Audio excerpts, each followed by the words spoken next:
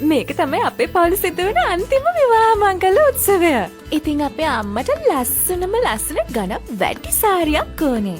තේරුණා නේද? අනේ ඔව්වේලු මගේ හිච්චි පුතාගේ වෙඩින් එකට අඳින්න ලොකු ලේලි තමයි එයාගේ අතින්ම මට හොඳම සාරිය තෝරලා දෙන්නේ.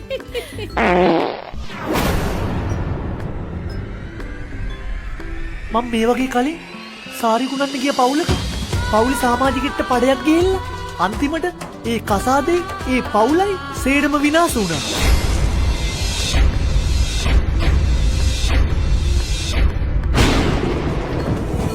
මේ වගේ සුබ වෙලාවක පඩයක් එනවා කියන්නේ අසුබ දෙයක්. මේ කසාදේ සිද්ධ වෙන්න දෙන්න එපා ලොකු නෝනා. එපා ලොකු නෝනා. එපා ලොකු නෝනා. එපා ලොකු නෝනා. ඔව් ලොකු නෝනා මට නම් හිතෙන්නේ අසුබ ලකුණක්. මට බෑ මේ දේවල් වලට මැදිහත් වෙන්න. මම යනවා ලොකු නෝනා යන්න. වේලු එපා යන්න. පිටස්තරන් ඉස්සර අපිට ලැජ්ජ කෙරෙව්වා. ඇත්ත කීපන් ආකාශ් ඒ පඩේ හරි උඹ නේද? අයියෝ. කට වහගන්න ආදිත්‍ය. මගේ ආකාශ් කවදාවත් ඒ වගේ පොම්බෙලි පඩ අරින්නේ නැහැ. එහෙම අරින්න උමනාවක් තිබ්බත් එයා මට නොකිය පඩයක් අරින්නේ නැහැ.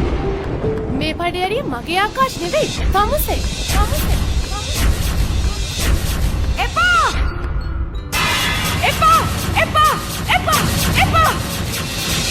එපා! නවත්ත ගන්නවා. කට වහ ගන්නවා ආශ්චර්ය. කන්න පුළුවන් තරමක් චීස් කොත්තු. පෝක්ස් පොක්, චිකන් ඩෙවලුයි, හංස පීකුතුයි මේ හැම දෙයක්ම කාලා මගේ ආදිත්‍යගේ තාත්තා ගොඩක් අමාරුවෙන් හදාගත්ත මේ සක්සේනා පවුලේ මන්දිරේ.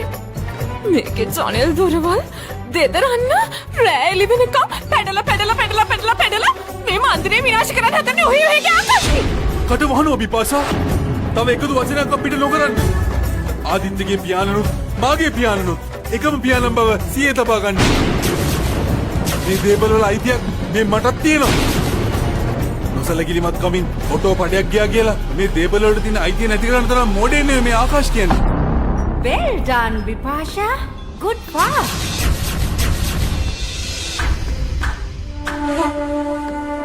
ලේලියෝ දෙන්නම එකතු වෙලා එක පඩයක් කරලා සක්සේනා පරම්පරාවේ උරුමකාර සහෝදරයෝ දෙන්නම කොටවන්න එහා දන්නේ.